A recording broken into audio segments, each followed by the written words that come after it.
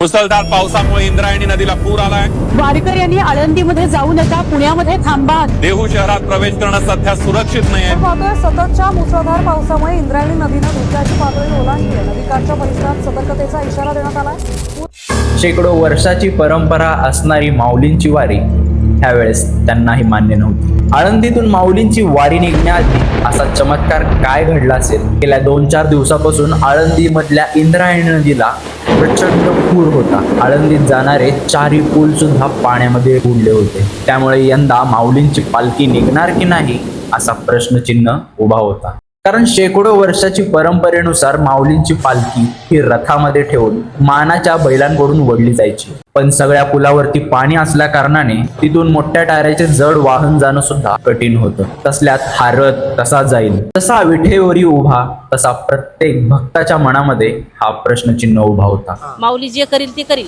आम्ही वारी सोडणार नाही। माझा मुलगा म्हणला, लहान छोटा मुलगा म्हणला, तू नको आई, जाय घराकडे म्हणला। मी म्हणले मी मेलं तरी हरकत नाही, पण मी वारी सोडणार नाही। गेल्या शेकडो वर्षात अशी घटना कधी घडली नाही। आळंदीत असणारे लाखो वारकरी नदीच्या दिशेला पळत सुटले।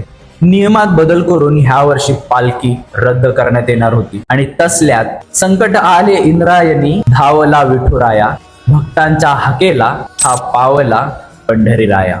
7 जुलैच्या रात्री इंद्रायणी नदीने युगोयुगी असा रूप घेऊन धोक्याची पातळी ओलांडली होती। मुख्यमंत्र्यांनी इतिहासात असं पहिल्यांदाच घडल्यामुळे वारकऱ्यांना आव्हान केलं। परिस्थिती हाताबाहेर गेली आहे, पण वारी निघायच्या 1 तासा अगोदर असा अचानक काय चमत्कार घडला की अक्षरशः लाखो वारकरी त्या नदीच्या दिशेने धावू लागले। खरं तर काल रात्रीपर्यंत अतिशय गंभीर परिस्थिती होती नदीची। माऊलीच्या मुख्य मंदिरात पाणी शिरलं की काय अशी मनात भीती होती प्रत्येकाच्या। आणि येणाऱ्या खेड्यापाड्यातून, गावा शहरातून आलेले ते वारकरी दिंड्या घेऊन पोहोचल्या होत्या आणि ते अडकून पडले होते। काही दिंड्या आश्रमात तर काही धर्मशाळेत मुक्काम केलेल्या। आणि मध्यरात्री अचानक नदीचा प्रभाव वाढला आणि पाणी प्रत्येक ठिकाणी शिरू लागलं। एनडीआरच्या जवानांनी अर्ध्या रात्री जीवाची बाजी लावून सर्व वारकऱ्यांना सुखरूप बाहेर काढलं। आणि दुसऱ्या दिवशी 8 जुलैच्या पहाटे अचानक निसर्गाने कूस बदलली आणि पावसाचा जोर अचानक कमी झाला। इंद्रायणी नदीच्या पात्रात एक अचानक रहस्यमय चमत्कार घडला आणि एक खूप मोठा भोवरा नदीच्या भोवती तयार झाला।